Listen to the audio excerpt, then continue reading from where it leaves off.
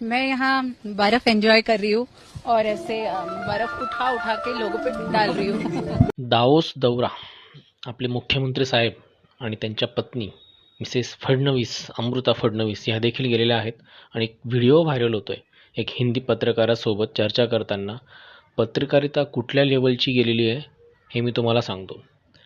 हे हिंदी पत्रकार त्या मिसेस फडणवीस यांना विचारत आहे, तुम्ही इथे दावोसमध्ये काय करायला आलेला आहात एवढं बर्फाळ जागेमध्ये. तर ते काय उत्तर देत आहे, मी ही बर्फ उचलते आणि लोकांच्या अंगावर फेकते. मग तो विचारतो, मग आम्ही तसं करू शकतो का? मग त्या म्हणतात, काही निवडक आहेत, कुछ चुनिंदा लोक होते हैं, ते फेकू शकतात. तो स्वतःला त्याच्यातला समजतो, तो पण बर्फ उचलतो, त्यांच्या अंगावर फेकतो.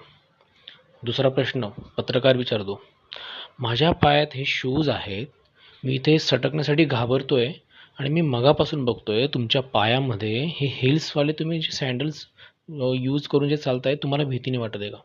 हा बघा, किती गांभीर्यपूर्वक प्रश्न विचारले जात आहेत. मुख्यमंत्री आपले महाराष्ट्राचे, त्यांचे मिसेस, आणि त्यांना असे प्रश्न विचारले जात आहेत तिथे दावोसमध्ये काय करायला गेलेत म्हणून.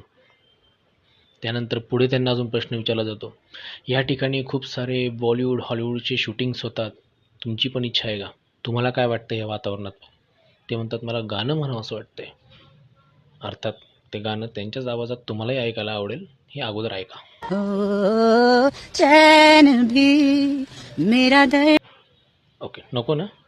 ही अशी परिस्थिती आहे. म्हणजे आपलं पर्सनल लाईफ आपण सोशल मीडियावर कशा पद्धतीने दाखवायचं, आणि तेही एका हिंदी पत्रकारासोबत, नॅशनल लेवलच्या पत्रकारासोबत तुम्ही अशा पद्धतीने ब्लॉगिंग तयार करताय आणि ते सोशल मीडियावर टाकताय. तर महाराष्ट्राची जनता जेव्हा बघेल तेव्हा त्यांना काय वाटेल? तर कुठल्या अर्थाने तुम्ही तिथं जात आहेत? एक मुख्यमंत्र्याची पत्नी म्हणून तुम्हाला काही गांभीर्य आहे की नाही? महाराष्ट्रातले प्रश्न तिथं घेऊन जायचे, त्यावर चर्चा करू शकत होतात. पत्रकारांना सांगू शकत होतात तुम्ही की असले प्रश्न मला नका विचारू.